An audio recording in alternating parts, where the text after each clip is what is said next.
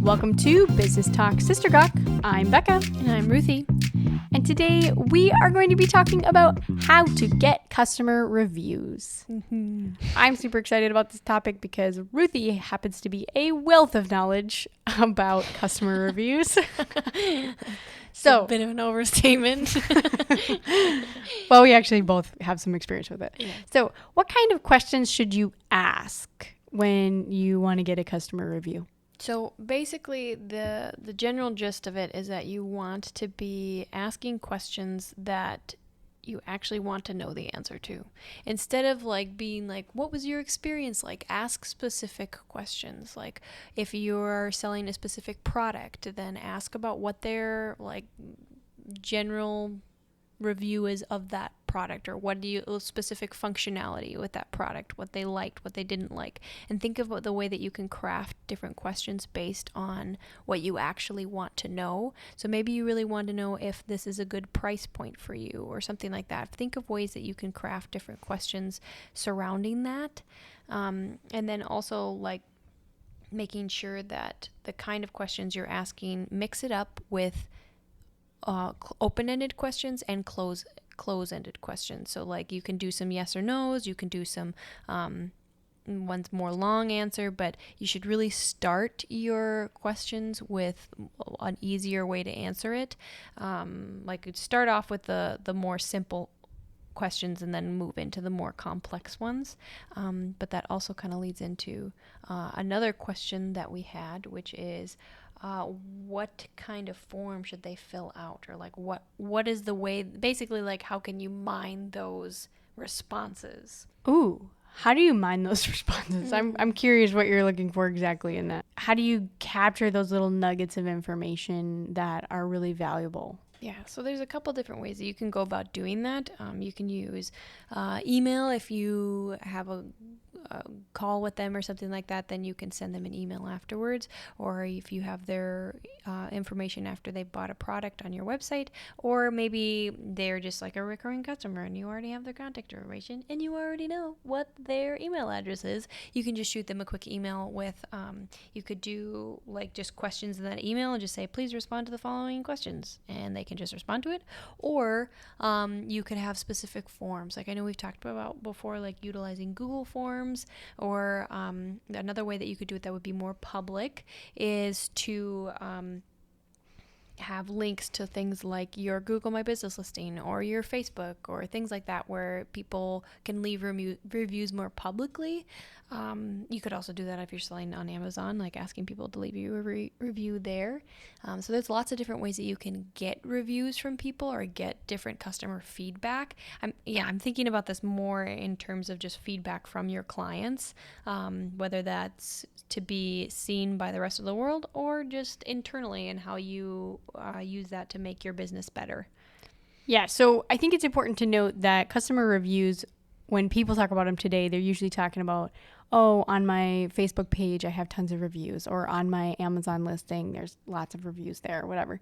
But when you're talking about internal reviews as well, you're trying to see if commonly when people get off the phone, they say, and please stay till the end until you hear this short survey and tell them that I was awesome, because that's how I get paid, right? Mm-hmm. So that's more of an internal review, is finding out, did that person do their job, right? So two different categories of what you would use the reviews for and where those are posted. So one of the things that we wanted to make sure that we covered in that is, a lot of times, so the way Ruthie is suggesting it is saying, asking specific questions about the product and all of that, because then you can get some specific customer quotes about, this was so helpful for me, it solved all my problems. Great. That's a great customer quote to use in your marketing, advertising, or what our customers are saying. Yes or no questions. Was this product helpful for you? Yes. You can say 90% of our customers find our product helpful, right? Which is awesome, right? Because super vague. Super vague. No, I mean, make it very specific. I'm being broad right now. They gave us a thumbs up. I would We're totally. not telling you why. Yeah, I would totally not. What did they give you a thumbs up for? Okay, but in that, I mean, come on. Some people do that.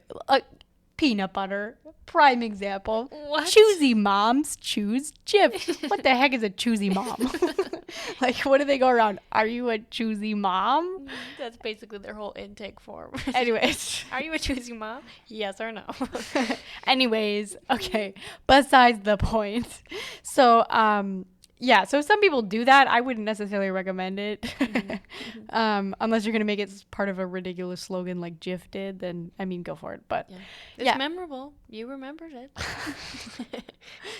Anyways, all right. So when we're talking about asking for those customer reviews and you're finding out maybe their review was less than pleasant, right? Having an intake form like Ruthie is talking about is a really good way to do that. She mentioned like doing a Google form, whatever. There's a lot of programs that you can actually do if-then statements as well. Oh my goodness, I just learned so much about all of these cool ways you can do that. But one that I've seen used a lot for specifically reviews is a review platform called Broadly. They do a really good job of sending emails, and then you ask questions like, was this great experience or not so great? If it's not so great, it kicks it back to a form where they can get information sent over to the manager of like, hey, there's an issue. And if it was great, then it just pushes them directly to leave a review on like Yelp or your Google business listing or your Facebook page. Like it's pretty cool, but there's also other ways you can build those functions for pretty inexpensively on your own. And I just read this really cool article about how people are using if-then statements for on text message ordering. It was really cool. I'll share the article. Explain what an if-then statement is. So, okay, yeah, if you're programming something on your own in the back end to say, if someone responds this, then you should respond this. Very similar to actually exactly how chatbots work. And what I just found out within Facebook, fun opportunity here, you guys, so you should totally check it out, is that when customers ask you questions and you respond, Facebook now has this really cool tool that says, would you like to save this response for later? When a customer asks a similar question. And so basically it's cataloging. I was going to say cataloging. That's not a word. Categorizing and cataloging at the same time. It's categorizing those things, storing them for you for later so that it can be almost as efficient, if not already, into a chatbot. So when someone in the future says, can you get me pricing on this? It's like, boom, here's the answer right there. And it's almost like the auto-suggest feature that Google has when you're typing an email, right? So it saves the responses that you've sent to people? Yes. In the Facebook messages from your business page. Wow. Oh, I did yeah. not know that. I have been so experimenting. I love it. Oh, my goodness. I was so excited. So if your customers are actually sending you Facebook messages, definitely check out that feature because it's a new thing that Facebook is rolling out. And it could be really helpful for documenting that stuff in the future.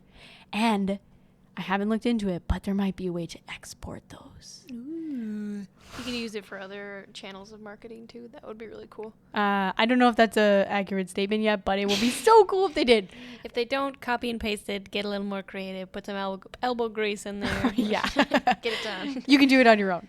Okay, so that's also really helpful when you put someone else in charge of getting your customer reviews, because then you don't have to do it all yourself and the questions are already built up, right? So, okay, when we're asking for in an email or a text message, you can send them a direct link to the page that you want them to review. You should probably ask a couple questions first, like Ruthie said. Hey, how was your experience with us? And if they're like, yeah, it was great, then you're like, awesome. Here's the link to this form. Could you say that publicly? That's a great way to do it. But when should you follow up, Ruthie? When you have a customer and you want them to give you a review because you know you did everything above and beyond, what does that timeline look like? So it depends on your business model, whether it's product-based or service-based, but also the typical longevity of how long someone uses your product. Like if it's something where you're providing food for someone and they eat it, you're going to want to follow up with them right away. But if it's something where you have this product that maybe it's like a toilet cleaner or something like that, or one of those drain snakes or something where people won't necessarily, maybe somebody would use that right away actually. I bought that because I had a problem. But when it's something like that might take a little bit longer for them to decide if they like it, maybe let's say like a pair of shoes or something, then that's something where you could wait a little bit, wait until they get used to it, wait until they fall in love with it, and then you reach out to them in a timely manner and say, hey, remember us? Like, we're reaching out to you. And that's the important thing, is you want to reach out and say something personal. So explain to them why you know them. Like if it's like, oh, you recently purchased this from us, or we recently redid the gardening in your front yard. And so you just like explain why you know them. And then from there, get into like the more why you're reaching out to them. And then from there, then you can like ask your questions and things like that, and then explain why them answering it will benefit you. And you kind of have to know your target audience as well to know what kind of response. If you're wanting someone to get in contact with someone who's just very, you know that they don't have a lot of time, they're just very like, we're doing it quick. You want to, just say those things, make the questions as short as possible, and make them very like to the point. Be as precise with your language. No fluff. Avoid that. If there's someone that's really that you know that maybe they're like, I know we talk about librarians all the time, but people who you know are going to be more like long-winded in some way, or really like librarians are long-winded. Well, articulate. Maybe that would be a better way of putting it. They just like words. Yeah. Like us. But someone, maybe it's like I don't know, maybe you have a product for moms or something like that, and you know that maybe they're going to put something more time into it, then make it in a way that is a little more flowery, a little bit more personal. So kind of know your target audience and know how to word the questions. And then in that's kind of the flow that you want in your emails to them or in your text messages to them. Tell them why you're reaching out to them. Tell them what the purpose is, that it will benefit. Maybe it'll benefit them in the long run. And then ask your questions.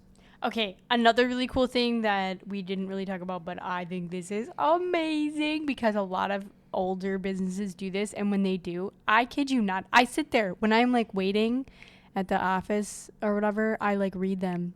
It's when people actually write handwritten thank you cards to a business and they're like, you guys were amazing. And then they pin those up on their bulletin board. I legitimately read those while I am in their business because I'm like, oh, what did they buy? Right? But here's how I learned this tip from somebody who is significantly older than me, a lot wiser, and pretty cool. And basically what this guy was talking about specifically was if he creates a postcard that has, how was your experience with us and what could we have done to make it better, all this stuff, and ask all these different questions. Okay, so he had a postcard, right? And then before he was leaving the interaction, he pulls the postcard out and says, hey, and if you could take the time to let us know how we did today, that would be really wonderful. And then he reaches in his pocket and pulls out a postcard stamp and puts the stamp on the postcard in front of them. And you want to know something? He said that when that happened, when the whole, like, taking the stamp out of the pocket and putting it on the postcard was like slow. No, seriously, it was like, I'm committing like, what is it, like 20 cents to this so that you will respond. It increased their review or postcard mailback rate by like 80%. Wow. It was incredible. And so, because people are like, whoa, you just literally put a stamp on that because now I got to mail it. Like, I'm invested. And so, when you get those back, you get to post them up in your business. That's really cool. Yeah. You and can also take, too. Yeah, you can put them on your website. You can take pictures of them and post them in your Google Photos. There's lots of ways you could do that. Okay, so sorry, side tangent, but I was just like, the man is a psychologist. This is amazing. So, Becca, tell us what you should do with the reviews after you receive them. You've got this valuable feedback from customers. Now what? Okay, so if you get great reviews, that's awesome. You should be responding to them. So if somebody's commenting on your Facebook or your Google business page, first of all, you should have claimed those things, especially the Google business listing. And then you should respond to those things. And someone says, yeah, I had a really great time with this person, blah, blah, blah. Like, wow, thanks so much for saying that. We really appreciate your business. And if you had a personal note that you wanted to make on there to that person, do that. not necessarily like super like, and say hi to your wife. But Jamie I mean, and the boys. Hope they're doing well. don't get all grandma-y, but definitely thank them publicly for those reviews. Sometimes people will comment back like even more stuff about their experience, and you're like, wow, this is like a really long love fest. I love this. Well, we're going. We're still going. But definitely keep that positive going on. Yeah. So who should you be reaching out to, Ruthie? So this also, keep in mind when you are, like Becca was talking about with Broadly, if someone says that they have a negative experience, you're going to want to have a system set up to respond to negative people. So if it's something or someone who has had a negative experience with you, maybe not negative people, that's probably not the best way to word that, but like, you should have a separate process that you go through. So if it's like, if you just have one email template that every time is like, thanks so much for your review, it's like, okay, but they had a horrible experience. Like, just like, so then have a way that you can like reach out to them, and maybe there's, one thing that I saw that I thought was really cool was like when someone had an abandoned cart, like if they put a bunch of stuff in there and they didn't buy it, then they would get an email I think it was like a week later saying, what could we have done to make you submit your order? So then that gives them the opportunity to say, if you would have had more discounts, if you would have like sold this specific brand or something like that. So you're still getting that feedback from them in a way that can actually enhance the experience for them. So who you should be reaching out to is the people who've had good experiences and the people who've had bad experiences.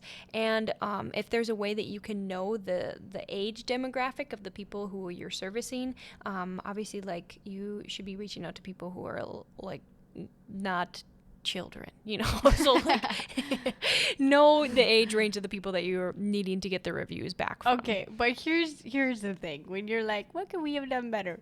If they respond, you need to solve the problem. Mm-hmm. It's not just like, oh, we'll add that support ticket to the list, thanks, and never get back to you. Yeah.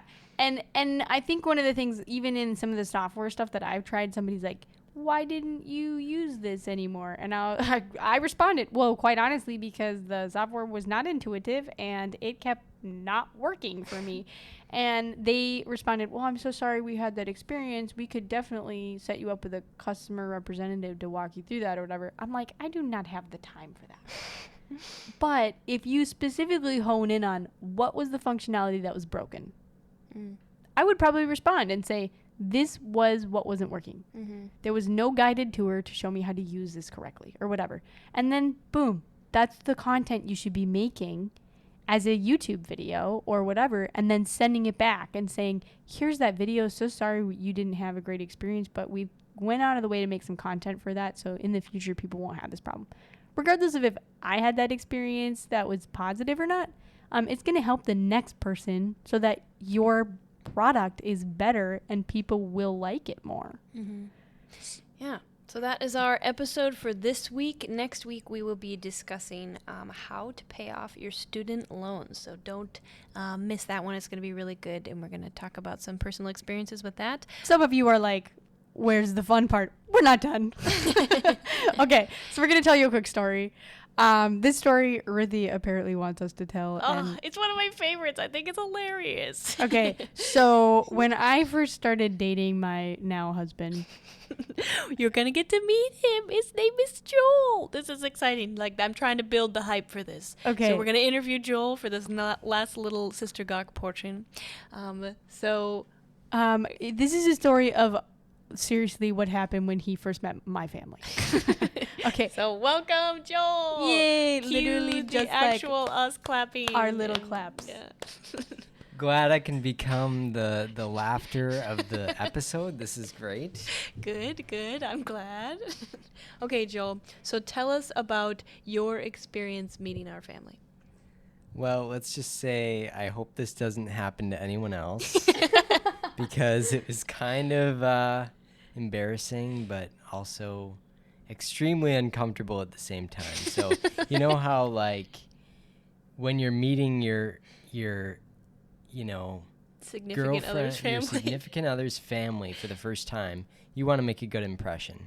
Well, it was really hard to make a good impression when the first thing that happens is I walk into the house and they're like, okay, we're going to sit down to eat. And I get stuck between Becca's two younger siblings, Miriam and Micah. And they had some serious sickness going on. Like if this was today, people would be like, oh, they've got COVID or whatever. They're both And hacking so up a lung. They're both just coughing so much. And eating at the exact same time as they're So we're all coughing. eating together, and they just start eating their food, and mid-bite, they're just coughing and plastering my arms with food. And I'm like, okay, what do I do now? Just want to ignore it so that I don't cause any issues or anything with the family. I just want to be pleasant. And then as the food was being passed around, I noticed like people were just like putting their hands in my food. Like her two younger siblings were putting her hands in my food, and I was To like, clarify, we were this having Chinese food, and we had spring rolls, and everybody was Egg rolls. egg rolls, and everybody was really excited about the egg rolls, and Micah was especially excited about the egg rolls. yeah, and he was so excited that it came to my spot to get the egg rolls, and I'm like, where are the egg rolls? Does anyone have them? I'm like, where did they go? There were tons there. And I look over and Micah has them just all stuffed inside his shirt in like a little Marsupial pouch. yeah, little pouch of egg rolls, and he's like, oh, I got them here. And everyone's like, put those back. And they're like, okay, Joel, you can have one. And I'm like, no, thank you. After he's like manhandled all of them. But he kept going, I don't have an egg roll. I need an egg roll. So then somebody would serve him an egg roll, and then he'd take it and put it in his shirt and then ask for another one. Not Joel, to clarify. It was Micah. So he's getting sprayed on with food. He's having all of his food touched, and then I think I made a good impression, so he handled it like a champ. He stuck with it through that part, so we knew he was a keeper. Well, thank you so much for joining us this week. I hope you enjoyed that story as much as I did. That's one of my favorites. I think it's hilarious. Yeah, join us again next week to discuss student loans. Share our podcast with a friend. Bye. Bye.